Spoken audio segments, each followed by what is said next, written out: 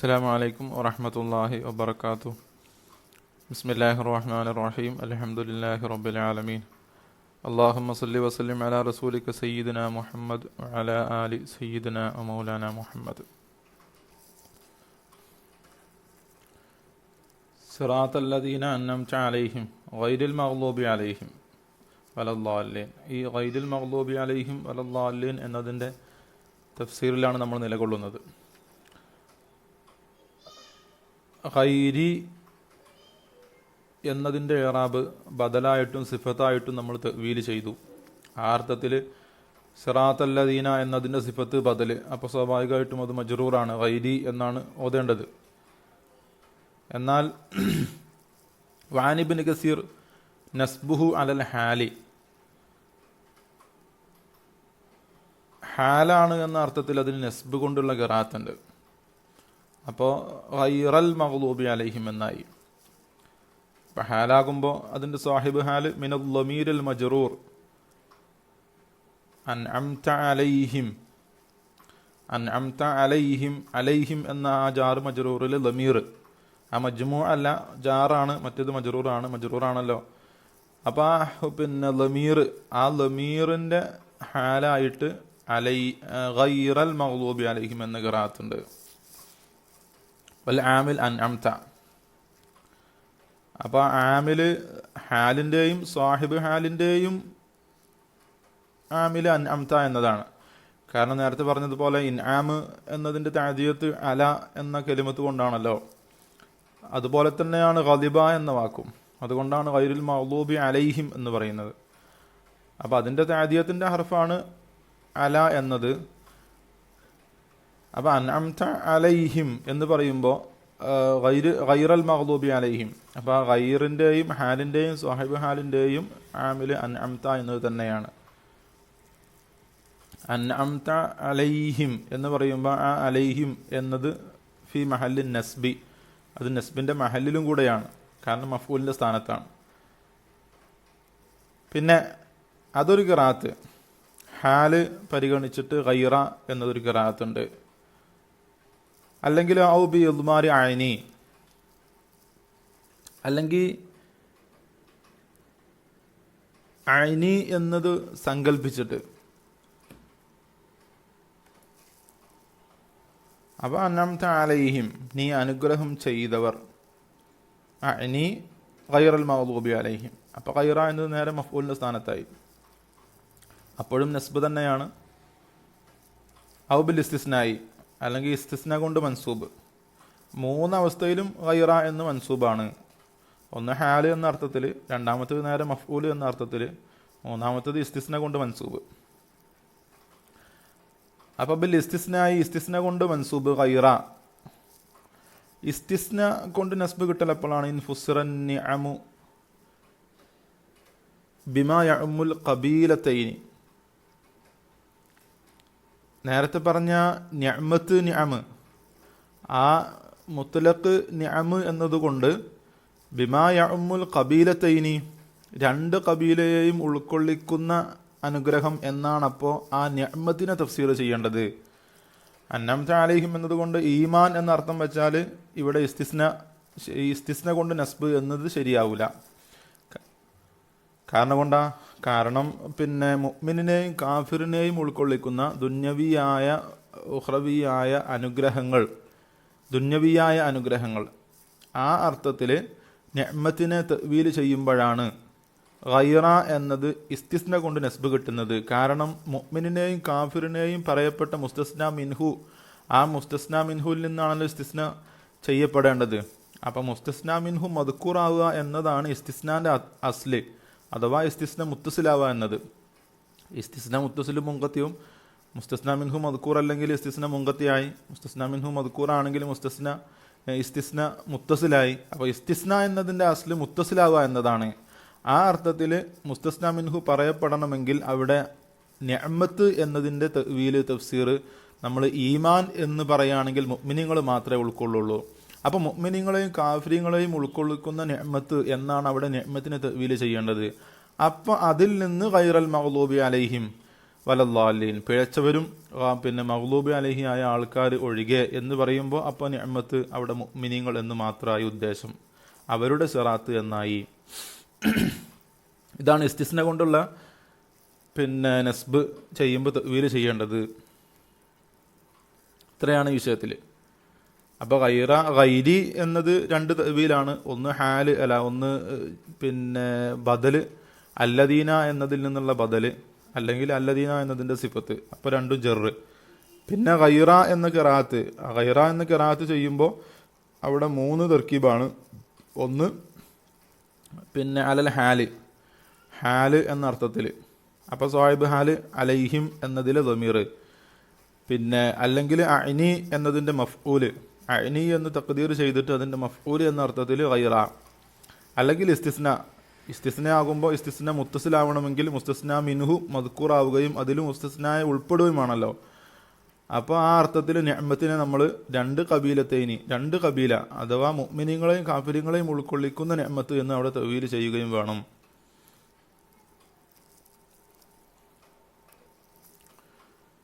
ഇനി മഗ്ലൂബ് അലൈഹിം, ഗളബ് എന്ന് പറഞ്ഞാൽ എന്താണ്? ഗളബ് സൗറാനുൻ നഫ്സി ഇൻദ ഇറാദത്തിൽ ഇന്തിഖാം, മനുഷ്യന് എന്നല്ല പ്രതികാരം ഉദ്ദേശിക്കുന്ന സമയത്ത് മനസ്സ് ഇളകി മറിയാം. ഇതാണ് ശരിക്കും ഗളബ് എന്ന് പറഞ്ഞാൽ. ഫഇദാ ഉസ്നിദ ഇലല്ലാഹി തആല ഉരീദ ബിഹിൽ മുൻതഹ വൽ ഗായ അലാ മാ മറ. അള്ളാഹുവിലേക്ക് ഇത്തരം വികാരങ്ങളെ ഇസ്നാദ് ചെയ്യുമ്പോൾ നമ്മൾ അതിൻ്റെ ഗായത്തുകളാണ് നമ്മൾ അവിടെ ഉദ്ദേശിക്കേണ്ടത്. അതാണ് അതിൻ്റെ അർത്ഥം, അതിൻ്റെ മാന. അലാമ മറ, നമ്മൾ റഹ്മത്ത് എന്ന വികാരം ചർച്ച ചെയ്ത സമയത്ത് അള്ളാഹുവിൻ്റെ റഹ്മത്ത് എന്നത് വിശദീകരിക്കുന്നിടത്ത് അവിടെ നമ്മൾ ഗായാത്താണ് അതിൻ്റെ മാന എന്ന് പറഞ്ഞിട്ടുണ്ട്. ഇവിടെ ശരിക്ക് വികാരങ്ങൾക്ക്, എല്ലാ വികാരങ്ങൾക്കും ഒരു ബിദായാത്തുകളുണ്ട്, അതുപോലെ ഗായാത്തുകളുണ്ട്. ഒരു തുടക്കമുണ്ട്, ഒരു എൻഡുണ്ട് ഓരോ വികാരങ്ങൾക്കും. അപ്പോൾ റഹ്മത്ത് എന്ന് നമ്മൾ ചർച്ച ചെയ്തപ്പോൾ റഹ്മത്ത് എന്ന് പറഞ്ഞാൽ മൈലാനുൻ നഫ്സ് അല്ലേ, മനസ്സിൻ്റെ ഒരു പിന്നെ ചായലാണ് റഹ്മത്ത് എന്ന് പറഞ്ഞു. അതതിൻ്റെ ബിദായത്താണ്. അതിൻ്റെ നിഹായ, അതിൻ്റെ ഗായ എന്ന് പറഞ്ഞാൽ തഫല്ലുൽ ഇഹ്സാനാണ്. അപ്പം മനുഷ്യന് ഉണ്ടായിത്തീരുന്ന ഈ ബിദായയും നിഹായയും അത് അള്ളാഹുവിനില്ല.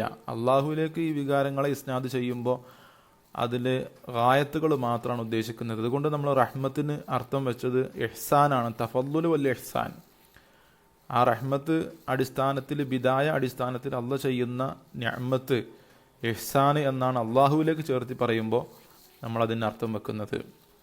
അപ്പോൾ ഗളബ് അതുപോലെ തന്നെ പിന്നെ മനുഷ്യന് പ്രതികാരമെടുക്കാൻ ഉദ്ദേശിക്കുന്ന സമയത്ത് മനസ്സിങ്ങനെ ഇളകി മറിയുക, മനുഷ്യൻ്റെ രക്തമിളകുക. ഇവിടെ പിന്നെ സൗറാനുൻ നഫ്സ് എന്നാണ് പ്രയോഗിച്ചത്. നഫ്സ് എന്ന് പറഞ്ഞാൽ ശരിക്ക് പിന്നെ മനസ്സ് എന്നാണെങ്കിലും അത് ദമ് എന്ന അർത്ഥത്തിന് ആ വാക്ക് ഉപയോഗിക്കാറുണ്ട് എന്നതാണ് ഭാഷയുടെ ഒരു ശാസ്ത്രം.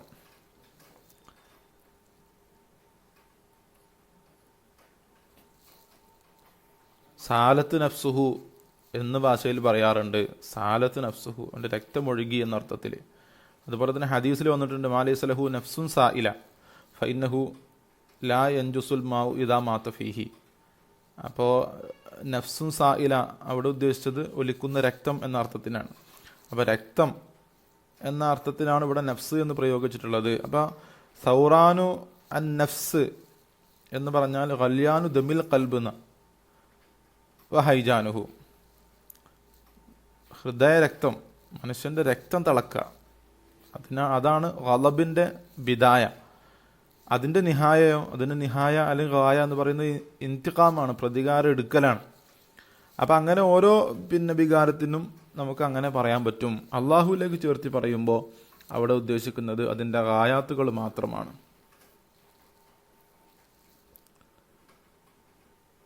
വ അലൈഹിം ഫി മഹല്ലി റഫ്ഇ ലിഅന്നഹു നായിബുൻ മനാബൽ ഫാഇലി ബിഖിലാഫിൽ ഔവലി. രണ്ട് അലൈഹി ഉണ്ടല്ലോ ഇവിടെ, സിറാത്തല്ലദീന അൻഅംത അലൈഹിം, പിന്നെ ഗൈരിൽ മഗ്ദൂബി അലൈഹിം. ഈ രണ്ടാമത്തെ അലൈഹിം എന്നത് ഫി മഹല്ലി റഫ്ഇ, അത് റഫ്ഇൻ്റെ മഹല്ലിലാണ്. ലിഅന്നഹു നായിബുൻ മനാബൽ ഫാഇലി, കാരണം നായിബ് ഫായിലാണ്. മഗ്ലൂബ് എന്ന ഇസ്മു മഫ്ഊലാണ്, അതിൻ്റെ ഫായിലിനെ പറഞ്ഞിട്ടില്ല. ഫായിൽ അള്ളാഹു ആണ്. ആ ഫായിലിനെ കളഞ്ഞതിന് അതിൻ്റെ സ്ഥാനത്ത് വെച്ചു കൊടുത്തതാണ് അലൈഹിം എന്നത്. നേരത്തെ പറഞ്ഞതുപോലെ അല എന്നത് അലബ എന്ന ഫീലിൻ്റെ താദിയത്തിൻ്റെ ഹർഫുമാണ്. അപ്പോൾ മഗ്ലൂബ് അലൈഹി, മഗ്ലൂബ് അലൈഹി, മഗ്ലൂബ് അലൈഹിമ, മഗ്ലൂബ് അലൈഹിം, അങ്ങനെയാണല്ലോ പ്രയോഗം. പിന്നെ അപ്പോൾ അത് നായിബ് ഫായിലാണ്, മഫ്ഊലിന് പിന്നെ റഫ്ഇൻ്റെ മഹല്ലിലാണ് രണ്ടാമത്തെ അലൈഹിം. എന്നാൽ ഒന്നാമത്തതോ ബി ഖിലാഫിൽ അവലി, ഒന്നാമത്തെ അലൈഹിം അൻഅംത അലൈഹിം എന്നിടത്തോ അവിടെ അതിന് ഖിലാഫ്, അവിടെ നസ്ബിൻ്റെ മഹലിലാണ്. നേരത്തെ പറഞ്ഞു അൻഅംത എന്നതാണ് ആമിൽ, അത് നേരെ മഫ്ഊലിൻ്റെ സ്ഥാനത്താണ് അൻഅംത അലൈഹിം. രണ്ടാമത്തെ അലൈഹിം റഫ്ഇൻ്റെ സ്ഥാനത്താണ്, നായിബ് ഫായിലാണ്. പിന്നെ ഇവിടെ ഒരു അദബിൻ്റെ കാഴ്ചയുണ്ട്. അഥവാ അള്ളാഹു പിന്നെ അള്ളാഹുവിൻ്റെ നിഅ്മത്ത് പറഞ്ഞ സമയത്ത് അള്ളാഹുവിലേക്ക് നേരെ ചേർത്തി അള്ളാഹു ഫായിലാക്കിയിട്ട് അള്ളാഹുവിലേക്ക് ഇസ്നാദ് ചെയ്തിട്ടാണ് പറഞ്ഞത്. അതേ സമയത്ത് ഗളബ് പോലത്തെ പിന്നെ വിശേഷണങ്ങൾ അള്ളാഹുവിലേക്ക് നേരെ ചേർത്തി പറഞ്ഞിട്ടില്ല. അപ്പോൾ സിറാത്തല്ലദീന അൻഅംത അലൈഹിം, നീ അനുഗ്രഹം ചെയ്ത ആളുകൾ, അവിടെ നേരെ അള്ളാഹുവിനെ നേരെ ഇസ്നാദ് ചെയ്തു പറഞ്ഞു, ഖിതാബ് ചെയ്തു പറഞ്ഞു. എന്നാൽ അതിൻ്റെ മുക്കാബലയിൽ പറയുകയാണെങ്കിൽ ഗളബ്ത അലൈഹിം എന്നാണ് പറയേണ്ടത്. പക്ഷേ ഗളബ്ത അലൈഹിം എന്ന് പറയാതെ മഗ്ലൂബ് അലൈഹിം എന്ന് പറഞ്ഞത് അത് പിന്നെ വാസ്തവത്തിൽ അള്ളാഹുവിൻ്റെ റഹ്മത്താണല്ലോ അള്ളാഹുവിൻ്റെ പിന്നെ ബാക്കിയുള്ള വിശേഷണങ്ങളത്തേക്കാൾ മികച്ചു നിൽക്കുന്നത്. അപ്പോൾ ബാക്കിയുള്ള ഗളബ് പോലത്തെ വിശേഷണങ്ങൾക്ക് മനുഷ്യനാണ് കാരണക്കാരൻ, അള്ളാഹു അല്ല. വഹാഉലായി യസ്തഹിഖൂന യുഗ്ളബ അലൈഹിം എന്നാണ് ശരിക്കും അതിൻ്റെ മാന. അള്ളാഹു ഗളബിനേക്കാൾ പിന്നെ മികച്ചു നിൽക്കുന്നത് അള്ളാഹിൻ്റെ റഹ്മത്താണ്. കതബ അലാ നഫ്സിഹി റഹ്മ. അപ്പം മനുഷ്യന് ഗളബിന് അർഹനായി തീരുകയാണ് മനുഷ്യൻ്റെ പ്രവർത്തനങ്ങൾ കൊണ്ട്. അതുകൊണ്ട് ആ ഗളബിനെ ഗളബ്ത അലൈഹിം എന്ന് ഖിതാബ് ചെയ്യാതെ മഗ്ലൂബ് അലൈഹിം എന്ന് അവിടെ പറഞ്ഞു എന്ന ഒരു ലത്തീഫ അദബിയ അവിടുന്ന് നമുക്ക് മനസ്സിലാക്കാൻ പറ്റും. ഇനി വലദ്ദാലീൻ എന്നതിലല്ല, എന്താണ് അതിൻ്റെ തർക്കീബ്, എന്താണ് അതിൻ്റെ മഹല്, എന്താണ് അതിൻ്റെ ഫായിദ, അതിനെക്കുറിച്ചാണ് പറയുന്നത്. ലാ മസീദത്തുൻ, ലാ എന്ന ഹർഫ് ഇവിടെ മസീദ സായിദയായി വന്നതാണ്. എന്തിനാണത് സായിദയായി വന്നത്? തഅ്കീദ് മാ ഫി ഗൈർ മിൻ മഅന നഫി. ഗൈർ എന്ന വാക്ക് ഇസ്മാണ്, ആ ഇസ്മിൽ നഫീൻ്റെ മാന ഉൾക്കൊള്ളുന്നുണ്ട്. ഫകാന്നഹു ഖാല ലൽ മഗ്ലൂബി അലൈഹിം വലദ്ദാലീൻ എന്ന് പറഞ്ഞ മഅനയിലാണ്. അപ്പം എന്താണ് വിഷയം? ഈ പിന്നെ ലാ എന്നത് അത്ഫിൻ്റെ അർഫായിട്ട് വരാറുണ്ട്, സായിദയായിട്ടും വരാറുണ്ട്. പക്ഷെ ലാ എന്നതിൻ്റെ സായിദയായി വരുന്ന അവസരത്തിൽ സാധാരണ രീതിയിൽ കലാം മംഫിയാവുന്ന നഫീൻ്റെയോ നഹീൻ്റെയോ ശേഷം അത്ഫിൻ്റെ വാബ് വന്നതിന് ശേഷമാണ് സാധാരണ രീതിയിൽ സായിദയായ ലാ കടന്നു വരാറുള്ളത്. അപ്പോൾ ഉദാഹരണം പറയാം, മാ ജാ അനി സൈദും വല അമ്രുൻ, അല്ലെങ്കിൽ വലാ തഖറബു സിന വല സരിഖ. മാ ജാ അനി സൈദുൻ, എൻ്റെ അടുത്ത് സൈദ് വന്നിട്ടില്ല, വലാ അമ്രുൻ അമ്രും വന്നിട്ടില്ല. അപ്പോൾ അവിടെ മാ എന്ന നഫി, അതിന് ശേഷം പിന്നെ മഅ്തൂഫിൻ്റെ കൂടെ അത്ഫിൻ്റെ അർഫിൻ്റെ ശേഷമാണ് ലാ കടന്നു വന്നിട്ടുള്ളത്. മാ ജാ അനി സൈദുൻ വലാ അമ്രുൻ. അല്ലെങ്കിൽ നഹീന് ശേഷം അപ്പോഴും കലാമ് മംഫിയാണല്ലോ ആ അർത്ഥത്തിൽ. വലാ തഖറബു സിന, സിന അടുക്കരുത്, വല സരിഖ, സരിഖത്തിനെയും അടുക്കരുത്. അപ്പോൾ ലാ എന്ന നഹീൻ്റെ അർഫിന് ശേഷം പിന്നെ അത്ഫിൻ്റെ വാവ്, അതിന് ശേഷമാണ് ലാമ് സായിദായി വന്നത്, വല സരിഖ. അപ്പോൾ എന്തിനാണ് അങ്ങനെ ലാമ് ആ കലാമിൽ വരുന്നത്? അത് സാധാരണ രീതിയിൽ നഫീൻ്റെയോ നഹീൻ്റെയോ ശേഷമാണ് ആ നഫീൻ്റെ മഅനയെ ഒന്നും കൂടെ തഹ്കീദ് ചെയ്യുക എന്നതാണ് സായിദയായ ലാ എന്നതിൻ്റെ ധർമ്മം. ഒന്നും കൂടി തസ്രീഹാക്കി പറയാം. എന്ത് തസ്രീഹാക്കുക? വാ എന്ന അത്ഫിൻ്റെ അറഫ് ശരിക്ക് മുത്തലഖൻ അവരുടെ ഇഹ്തിമാൽ സലാസാണ്. അഥവാ പിന്നെ ജാ സൈദും അമ്രു എന്ന് പറഞ്ഞാൽ ജാ സൈദും അമ്രുൻ, സൈദും അമ്രും ഒപ്പം വന്നിട്ടില്ല, സൈദ് ആദ്യം വന്നിട്ടില്ല, പിന്നെ അമ്ര വന്നിട്ടില്ല, അമ്ര ആദ്യം വന്നിട്ടില്ല, സെയ്ദ് പിന്നെ വന്നിട്ടില്ല. 3 എഹ്തിമാലുണ്ട്. ഈ 3 എഹ്തിമാലിനെയും നഫി ചെയ്യുക എന്നത് വാവിൻ്റെ ധർമ്മമാണെങ്കിലും നഫി കലാം മൻഫി ആവുന്ന അവസരത്തിൽ മറ്റൊരു സാധ്യത രണ്ടും ഒരുമിച്ചാണ്. മുമ്പ് നമ്മൾ ഈ വിഷയം ചർച്ച ചെയ്തിട്ടുണ്ട്. മുമ്പ് രണ്ടും ഒരുമിച്ചാണോ വന്നിട്ടില്ല എന്ന് പറഞ്ഞത്, അതല്ല ഓരോന്നിനെ കുറിച്ച് കലാം സാക്കിത്താണോ എന്ന ഒരു എഹ്തിമാൽ ഉണ്ടായത് കൊണ്ട് അങ്ങനെയല്ല, രണ്ടാളും ഒന്നിച്ചും വന്നിട്ടില്ല, രണ്ടാളും വേറെ വേറെയും വന്നിട്ടില്ല, ആദ്യം ഒരാൾ പിന്നെ ഒരാളും വന്നിട്ടില്ല, പിന്നെ അങ്ങനെ ഒന്നും ആ എഹ്തിമാലുകളൊന്നുമില്ല എന്ന് തസ്രീഹാക്കി പറയാനാണ് നഫീൻ്റെ അവസരത്തിൽ കലാം മൻഫി ആകുമ്പോൾ നഫീൻ്റെയോ നഹീൻ്റെയോ ശേഷം ആതിഫത്തായ വാവിൻ്റെ ശേഷം പിന്നെ സായിദിയായ ലാ കടന്നു വരുന്നത്. അപ്പം മാ ജാഅനി സെയ്ദുൻ വല അംറുൻ, അവിടെ എഹ്തിമാൽ മുഴുവനും ഇല്ല എന്ന് തസ്രീഹൻ സ്വരീഹാക്കി പറയാണ്. എന്നാൽ ഇത് പിന്നെ മുസ്ബത്തായ കലാമിൽ ലാ കടന്നു വരുന്നില്ല. ജാ സെയ്ദുൻ വല അംറുൻ എന്ന് പറയുന്നതിൽ അർത്ഥമില്ലല്ലോ, ആ അർത്ഥത്തിലാണ് കേട്ടോ.